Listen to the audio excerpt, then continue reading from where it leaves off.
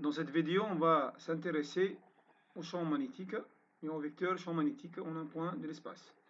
On connaît déjà qu'entre deux aimants, il y a une interaction magnétique qui est soit une interaction si les deux pôles qui sont en regard sont de nature différente, ou qu'il y a répulsion si les deux aimants sont en regard au niveau de deux pôles de même nature et de même nom. Par exemple, deux pôles nord ou deux pôles sud vont se repousser. Voici maintenant le spectre magnétique d'un aimant droit. Donc ici on a mis de la limaille de fer qui se comporte comme des petits aimants. Donc il y a les lignes de champ qui sont courbées ici au niveau, donc qui sont normalement orientées du pôle nord vers le pôle sud. La même expérience ici. Donc ici on a mis de la limaille de fer au niveau d'un aimant droit et on représente ici la tangente à la ligne de champ, c'est-à-dire le vecteur champ magnétique en un point de l'espace. Donc vous voyez bien que le champ magnétique et que le vecteur est orienté du pôle nord vers le pôle sud. Donc voici ces lignes de champ qui vont former ensemble ce qu'on appelle le spectre magnétique. Une autre fois, donc ici, on donne les lignes de champ orientées du pôle nord vers le pôle sud d'un aimant droit. Donc les lignes de champ vont donc s'éloigner du pôle nord, ils vont sortir du pôle nord, ils vont donc entrer par le pôle sud. C'est comme si on a une charge positive électrique. Donc ici, c'est comme si on a un champ électrique centrifuge, alors qu'au niveau de la charge négative, ce qui correspond au pôle sud de l'aimant, c'est comme si on a un champ électrique donc qui est centripète, c'est-à-dire qui se dirige vers la charge. Ailleurs, donc ici, les lignes de champ sont orientées de la borne positive vers la borne négative, ce qui correspond ici du pôle nord vers le pôle sud de l'aimant. Donc ici, on donne le vecteur champ magnétique en un point de l'espace. Donc c'est toujours la même chose, c'est-à-dire toujours B, le vecteur B est orienté du pôle nord vers le pôle sud. Pour un aimant droit, pour un aimant en I plutôt, le champ, on parle d'un champ uniforme entre les branches de cet aimant en I, c'est-à-dire les lignes de champ vont être ici parallèles à l'intérieur entre les deux branches, alors qu'à l'extérieur, donc ici, les lignes de champ ne sont pas parallèles, mais plutôt il y a une courbure bien déterminée. Donc le vecteur champ magnétique ici, il est tangent à la ligne de champ, alors qu'ici, il est confondu plutôt entre les branches, et orienté du pôle nord vers le pôle sud. Et de la même façon, il est toujours orienté du pôle nord vers le pôle sud, mais donc ici, le vecteur champ magnétique est tangent en un point de la ligne de champ. Donc ici, le vecteur champ magnétique possède les mêmes caractéristiques entre le pôle nord et le pôle sud à l'intérieur, c'est-à-dire entre les deux branches de l'aimant en I. Voici l'expérience dans laquelle on a mis un peu de limaille de fer. Du pôle nord vers le sud, on représente le vecteur champ magnétique, et du pôle nord vers le pôle sud, les lignes de champ sont orientées toujours du pôle nord vers le pôle sud. On peut parler encore du champ magnétique terrestre. La Terre représente, c'est comme si on a un aimant, et le pôle nord de cet aimant-là est dirigé ici vers le bas, c'est-à-dire donc le nord est dirigé vers le pôle magnétique de l'hémisphère sud, donc ici, ce qui fait un angle avec le pôle sud géographique, ce n'est pas la même chose. Donc le nord magnétique et le nord géographique sont inclinés d'un angle bien déterminé. Voici les lignes de champ qui sont orientées toujours du pôle nord vers le pôle sud, et la Terre représente, c'est comme si on a ici un aimant droit. Donc ici, voici l'angle qui est à peu près de 11 degrés. si on va mettre par exemple une boussole, par exemple, en un point de l'espace, donc elle va s'orienter vers le pôle magnétique, vers le nord magnétique, si, tout à fait normal si on va la mettre sur un support vertical. Mais sinon, elle va s'orienter vers suivant le vecteur champ magnétique terrestre. Donc ici, on a représenté le pôle nord géographique qui fait un angle avec le pôle sud magnétique. Donc ici, le pôle nord géographique correspond au pôle sud magnétique. L'axe de rotation de la Terre, c'est au niveau de l'axe qui correspond au pôle nord géographique, pôle sud géographique. Même chose ici.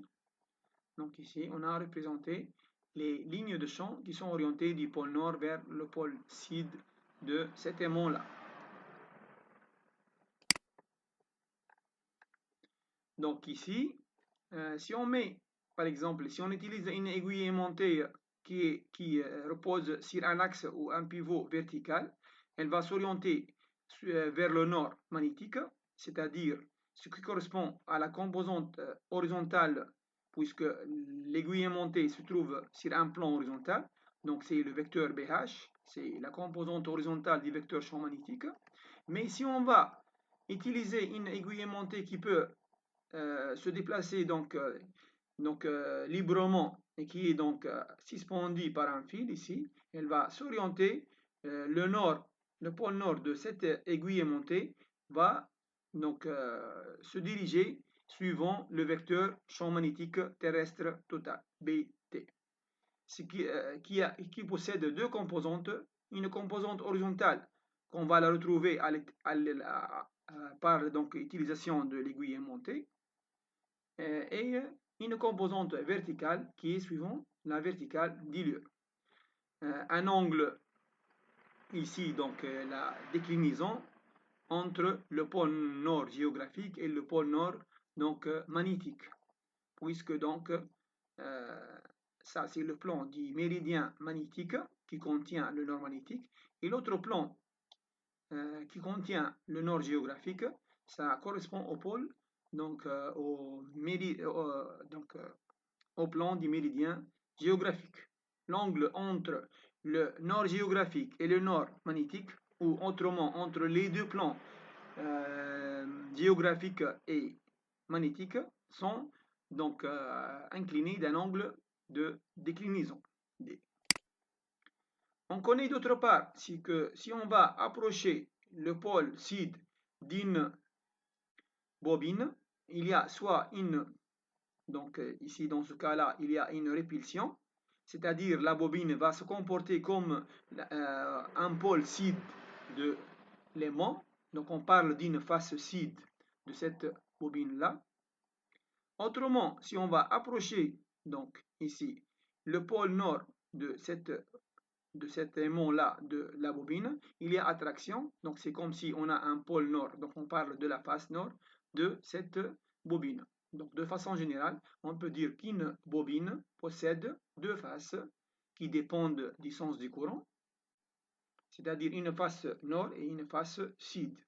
Ça dépend, est-ce que le courant il va donc traverser cette bobine-là dans ce sens-là, dans ce sens donc trigonométrique, donc ça va être une face nord, ou suivant les aiguilles d'une montre, le sens des aiguilles d'une montre, ce qui permet d'écrire la lettre S, donc c'est une face sud de cette bobine. Donc ici on voit bien qu'il y a ici une répulsion entre le pôle nord et la face nord de cette bobine-là, ou qu'il y a ici donc une attraction entre le pôle nord de l'aimant et la face sud de la bobine.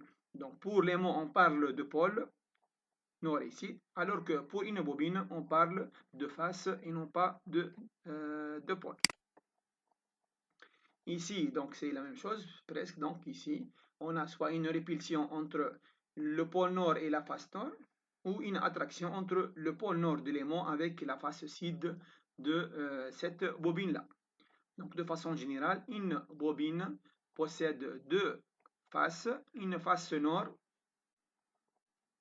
c'est-à-dire lorsqu'on peut écrire la lettre N, ça veut dire que le courant va donc traverser cette spirale-là dans ce sens-là. Et de l'autre côté de la bobine, donc ça va être la face SID. Si on va s'intéresser maintenant à un fil rectiligne parcouru par un courant, ce qui correspond au sens du pouce, donc ça c'est le sens du courant. Pour obtenir le sens de B, qui est tangent aux lignes de champ, il suffit de retrouver cette orientation-là par les autres doigts de cette main droite. Donc ici, le courant va traverser le pouce, c'est-à-dire ce doigt-là, du bas vers le haut, du bas vers le haut, et le sens du vecteur champ magnétique B, ça va être donc dans un plan qui est perpendiculaire à ce fil-là, et de façon qu'on va donc trouver que le vecteur champ magnétique va être tangent à cette ligne de champ, ce qui correspond à l'orientation de ces doigts-là, de ces quatre doigts. C'est la règle de la main droite qui permet de retrouver le sens du vecteur champ magnétique B. Donc voici le courant qui est ascendant, c'est-à-dire va monter vers le haut, et le sens du vecteur champ magnétique va être donné par donc, les quatre autres doigts de la main droite. Ici donc, vous voyez bien que le courant est ascendant. Les lignes de champ sont des cercles concentriques de même centre. Et le vecteur champ magnétique, il est donc tangent à la ligne de champ au point considéré. On peut utiliser encore la règle du bonhomme d'Ampère, c'est-à-dire si on a un bonhomme d'Ampère qui est en train de voir le point M et qui va être donc parcouru et qui va donc être parcouru par le courant des pieds vers la tête et ses yeux pointent vers le point considéré, la main gauche de ce bonhomme d'Ampère va donner le sens du vecteur champ magnétique B. Donc ici, la règle de la main droite qui permet de donner le sens du vecteur champ magnétique. Par exemple, ici, on veut déterminer le sens du courant. Donc il faut chercher, donc il faut tourner les doigts et savoir pointer le pouce dans la direction du courant. Donc ici, enrouler les doigts autour des fils, donc de façon que la réponse va être de cette façon-là. Donc ici, vous voyez que les quatre doigts vont pointer de cette façon-là, c'est-à-dire la flèche qui correspond à l'orientation du vecteur champ magnétique, et le sens du courant va être ici donc descendant. Donc le courant va descendre vers le bas, du haut vers le bas. Donc ici, les lignes de champ, donc ils sont des cercles concentriques et le courant qui est... Donc voici la règle du bonhomme d'Ampère qui peut remplacer la règle de la main droite. Vous voyez bien que le bonhomme d'Ampère ici est en train de voir le point M, ce point-là M. Ses yeux-là pointent vers le point M. Sa main gauche va donner les parallèles au vecteur champ magnétique B. Donc ça correspond à la direction et au sens du vecteur champ magnétique B. Donc c'est sa main gauche. Donc ses yeux pointent et regardent, sont en train d'observer. C'est un observateur. Et le courant va traverser ce bonhomme-là des pieds vers la tête. Donc vous voyez bien que le courant est en train de monter. Donc le sens de B est donné par la main gauche de ce bonhomme d'Ampère. Donc ici la même chose. Donc ici on a un fil. Les aiguilles montées permettent de donner le sens du vecteur champ magnétique. Même chose ici. Si on va tourner maintenant les lignes de champ dans ce sens-là, c'est comme si on est en train d'ouvrir un bouchon. Donc ici, lorsque le bouchon va monter vers le haut, c'est le sens de I. C'est la règle du tire-bouchon. Je répète ici.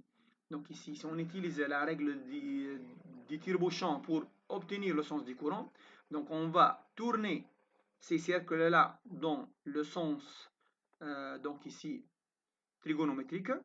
Si on va tourner dans ce sens-là, c'est comme si on est en train d'ouvrir un bouchon, ce qui permet que le bouchon va monter vers le haut.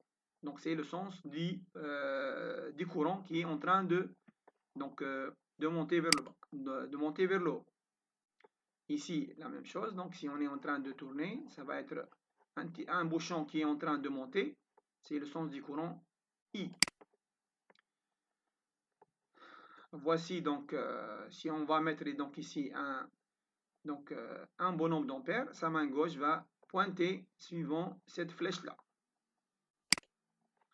Pour le cas d'un solénoïde, c'est-à-dire une bobine dont la longueur est grande par rapport au diamètre, donc on peut utiliser soit la règle de la main droite, donc le courant va donc, passer de la poignée vers les doigts, et donc, ce pouce-là va donner le sens du vecteur champ magnétique B à l'intérieur du solénoïde. Sinon, le bonhomme d'ampère doit observer l'intérieur de la bobine et non pas l'extérieur.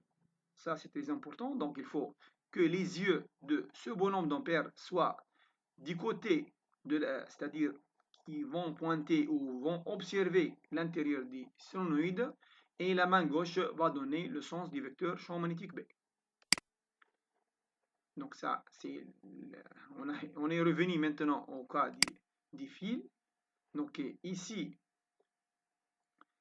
si le courant est descendant, donc vous voyez bien que la règle de la main droite va donner le sens du pouce, va donner le sens du vecteur champ magnétique B. Alors que si le courant est montant, c'est-à-dire va monter vers le haut, donc la règle de la main droite, c'est-à-dire si on va faire passer le courant de la poignée vers les doigts, ça va correspondre à un pouce qui va s'orienter vers la gauche. Donc les deux schémas ici sont différents. Un courant qui est en train de monter vers le haut et un vecteur champ magnétique vers la gauche. Alors que si le courant est descendant, c'est-à-dire vers le bas, le sens du B donc, dépend du sens du courant. Donc il y a deux cas. Soit que I est montant B vers la gauche, ou que le courant I va descendre vers le bas et le sens de B va être l'inverse. Vous voyez bien ici donc que la bobine ici, on a un courant ici qui est normalement descendant, qui est en train de descendre, donc ici dans les spires. La règle de la main droite va donner le sens de B qui est orienté vers la droite, à l'intérieur de la bobine. Toujours le vecteur champ magnétique B est orienté de la face sud vers la face nord de la bobine. Si on va inverser le sens du courant par le générateur ici, donc tout va être inversé, c'est-à-dire, donc ici normalement, le courant est ascendant, c'est-à-dire va monter vers le haut. Le vecteur champ magnétique va être vers la gauche, c'est-à-dire dirigé de la face sud vers la face nord. Donc ici, ça va être vers la gauche, un vecteur champ magnétique dirigé vers la gauche de la face sud vers la face nord de cette bobine. Donc ici, vous voyez que le sens du pouce, ce petit doigt-là, ça donne le sens de B. Et le courant va monter de la poignée, de cette poignée-là, vers les doigts. Ce qui correspond à un vecteur champ magnétique B de la face sud vers la face nord. Même chose ici, donc on peut appliquer la règle du bonhomme d'Ampère. Sa main gauche va donner le sens du vecteur champ magnétique B qui est orienté du pôle sud vers le pôle nord d'une aiguille aimantée placée à l'intérieur de cette bobine-là. C'est un champ qui est uniforme, c'est pourquoi que les lignes de champ sont des droites parallèles. Voici donc la face sud et la face nord. Donc B est orienté vers la gauche ici. Le sens du courant est donc montant, c'est-à-dire il va monter vers le haut. Donc la règle de la main droite va donner un pouce qui s'oriente vers la gauche. Voici le sens du vecteur champ magnétique B qui est vers la gauche. Maintenant, le courant est descendant, c'est-à-dire vers le bas. Le sens de B va être l'inverse, c'est-à-dire vers la droite. La face sud et la face nord. Donc toujours B est orienté de la face sud vers la face nord. Ça, c'est la face sud, alors qu'à droite, c'est la face nord. La face nord à laquelle l'aiguille montée va présenter donc son pôle sud, nord avec le sud. Alors qu'ici, si on a une face sud, donc elle va être attirée par, il y a attraction avec le pôle nord de cette aiguille aimantée, ce qui donne le sens du vecteur champ magnétique B, au point considéré. Donc on passe à une animation, si vous voulez, donc ici. Donc ici, vous voyez bien que le courant est en train de descendre, donc le sens du vecteur champ magnétique est vers la droite, de la face sud vers la face nord. Si on va inverser le sens du courant, le courant va devenir, donc ici, va normalement, donc ici, donc, va monter, ici, le courant est montant, donc c'est-à-dire il va monter vers le haut. Donc le vecteur champ magnétique est dirigé vers la gauche, soit par la règle du bonhomme d'Ampère ou par la main droite, le pouce va être dirigé vers la gauche. Toujours, le vecteur champ magnétique est orienté de la face sud vers la face nord de cette bobine. Ici, le courant est descendant, il va descendre vers le bas. Donc le vecteur champ magnétique est dirigé vers la droite, c'est-à-dire de la face sud vers la face nord à l'intérieur de la bobine. La dernière, donc ici, animation. Si on va fermer le circuit, on voit bien, si on va faire apparaître le sens du courant et le vecteur champ magnétique. Donc ici, on a un courant qui est en train de monter vers le haut. La règle de la main droite va donner un vecteur champ magnétique qui est dirigé vers, donc ici, la gauche. Plus l'intensité est importante, plus le vecteur champ magnétique B égale 4π10-7 fois n petit n fois i. Plus l'intensité est grande, plus la valeur de B va être importante. Donc ici, B donc est vers la gauche, le courant est vers le haut, la main droite va donner un pouce qui est dirigé vers la gauche. Si on va faire l'inverse, c'est-à-dire le courant est maintenant descendant. Donc la règle de la main droite va donner un vecteur champ magnétique dirigé vers la droite. Le sens d'enroulement des spires va jouer un rôle. Vous voyez bien ici, si on va changer ici,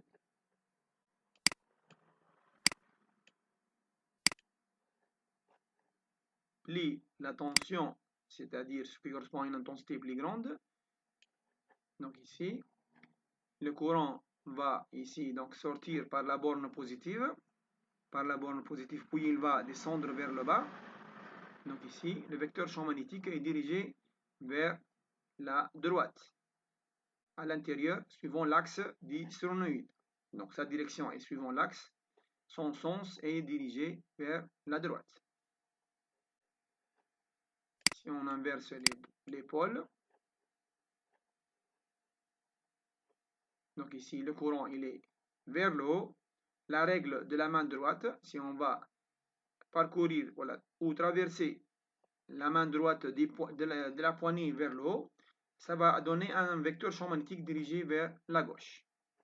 Plus l'intensité est importante, plus la valeur de B est grande, c'est-à-dire 4π10-7 mi0 fois n, le nombre de spires, sur la longueur totale du solénoïde, fois I. Donc cette valeur de B est proportionnelle à l'intensité qui traverse cette bobine. Merci.